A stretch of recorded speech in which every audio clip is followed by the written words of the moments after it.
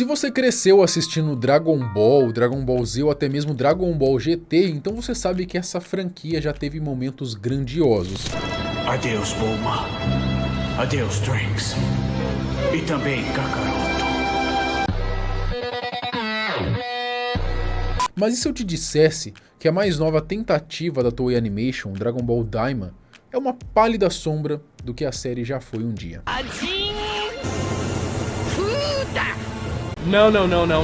Não é possível isso. Nesse vídeo eu vou trazer uma reflexão minha sobre como essa nova empreitada não só falha em capturar a essência do que tornou Dragon Ball incrível, mas também serve como um aprendizado de que às vezes é melhor deixar uma franquia descansar em paz do que insistir em ressuscitá-la de maneira desnecessária. O passado glorioso de Dragon Ball.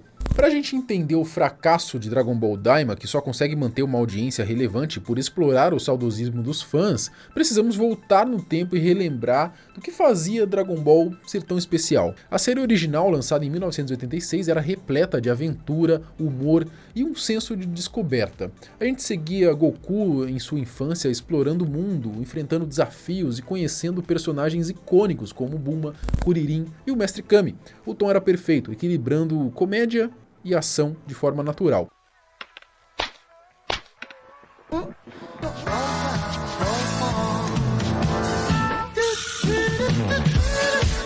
Depois veio Dragon Ball Z, que elevou tudo a um outro nível. A ação ficou mais intensa, as lutas se tornaram lendárias e os momentos emocionantes, como a primeira transformação de Goku em Super Saiyajin,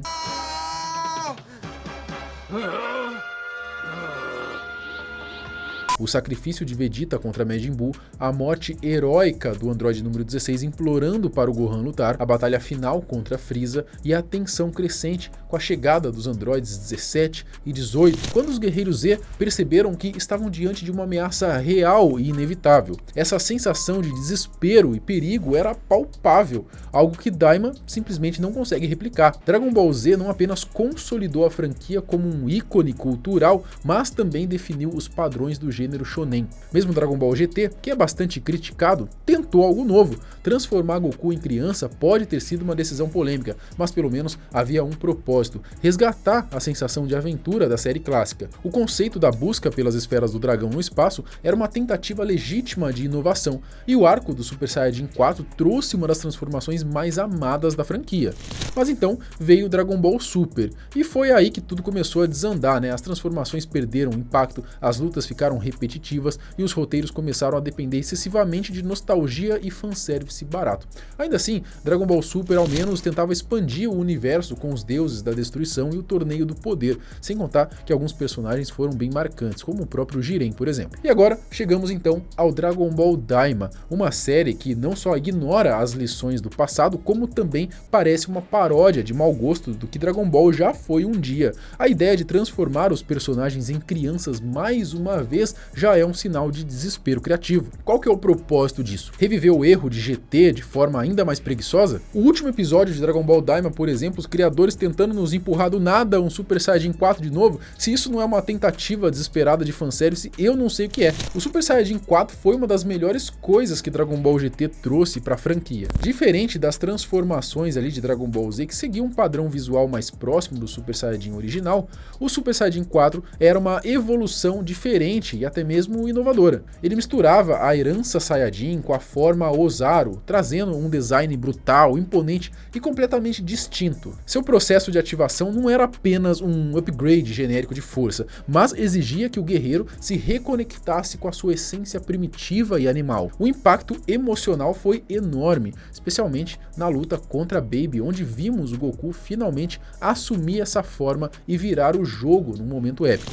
Agora, Dragon Ball Daima tenta pegar esse conceito e transformá-lo em um fanservice barato, sem nenhuma construção ou peso narrativo. Goku atinge uma versão infantil e simplificada do Super Saiyajin 4 sem qualquer justificativa coerente ou desenvolvimento. Em GT, o Super Saiyajin 4 era uma resposta orgânica ao desafio de Baby, trazendo consigo um impacto tanto na animação quanto na trilha sonora e no contexto da batalha. Impressionante! É o senhor mesmo, vovô!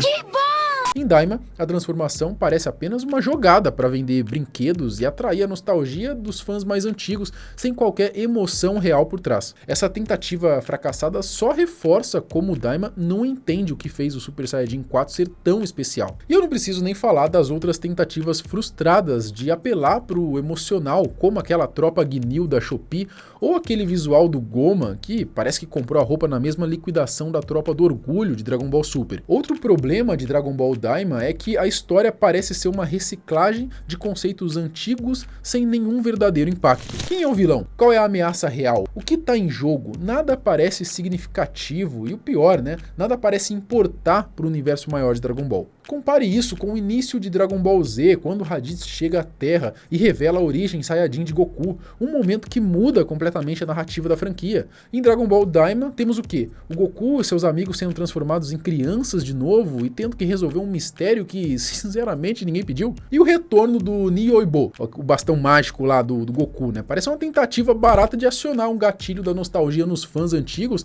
sem qualquer motivação real na história. Como se o Goku Super Saiyajin 3 precisasse de uma arma para se livrar dos inimigos, né? O que deve ser mais eficaz, um Kamehameha ou uma paulada na cabeça do adversário? Essas flores são...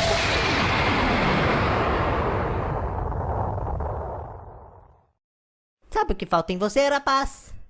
Humildade. Dragon Ball Daima representa o que acontece quando uma franquia não sabe a hora de parar. O que foi construído com tanta paixão e inovação nos anos 80 e 90, agora virou apenas um produto reciclado para vender brinquedos e merchandising. Talvez o verdadeiro respeito por Dragon Ball seja deixá-lo descansar. Akira Toriyama nos deu uma das maiores obras do anime e mangá de todos os tempos, mas até ele sabia que não poderia continuar para sempre. Com a sua triste partida em 2024, a Toei deveria ter aproveitado a oportunidade para encerrar a série com dignidade, em vez de seguir insistindo em projetos como o Daima. É difícil acreditar que Dragon Ball Daima tenha sido realmente criado por Akira Toriyama. O mestre por trás de Dragon Ball sempre teve uma habilidade única para equilibrar humor, ação e aventura de uma forma natural e envolvente. Desde o início, Toriyama construiu um universo rico, cheio de personagens cativantes e arcos emocionantes capazes de marcar gerações. Mas ao assistir Daima, a sensação que fica é de que esta não é uma obra dele,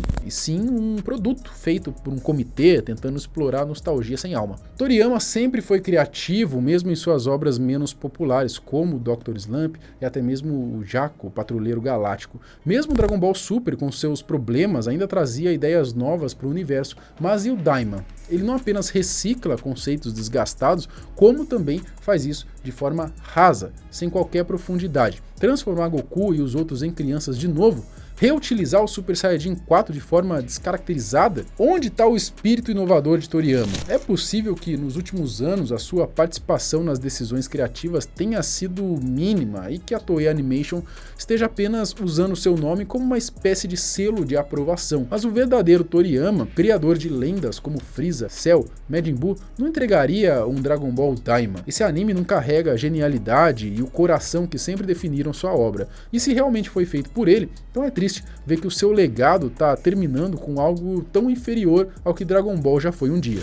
Talvez Dragon Ball Daima simplesmente não seja mais para nós, os fãs da série clássica. Ao longo dos anos, Dragon Ball cresceu junto com seu público, entregando momentos épicos e batalhas inesquecíveis. Mas com o passar do tempo, a indústria do entretenimento mudou e a Toei Animation pode estar mirando em um novo público, as crianças de hoje, que não cresceram com Dragon Ball Z ou mesmo Dragon Ball GT. A escolha de transformar os personagens em crianças novamente pode parecer ridícula para quem acompanhou a saga desde os anos 90, mas para uma nova geração pode ser uma forma de tornar a história mais acessível e atrativa. O tom mais leve, as cores vibrantes e o enredo simplificado fazem parecer que Daima foi pensado para um público bem mais jovem, talvez até para substituir o espaço que Dragon Ball já teve para nós no passado. Se for esse o caso, então talvez a decepção venha do fato de que esperávamos algo para nós, quando a realidade é que Dragon Ball Daima pode ser um produto voltado para um público que nunca viveu o impacto emocional de Frieza, Cell ou Majin Buu. O problema é, será que essa nova abordagem justifica destruir o legado de Dragon Ball? Se Dragon Ball tivesse terminado com Z, teria sido lembrado como uma lenda intocável, mas com Daima a franquia se tornou um cadáver reanimado sem alma e sem propósito. Às vezes o maior respeito que podemos dar a uma história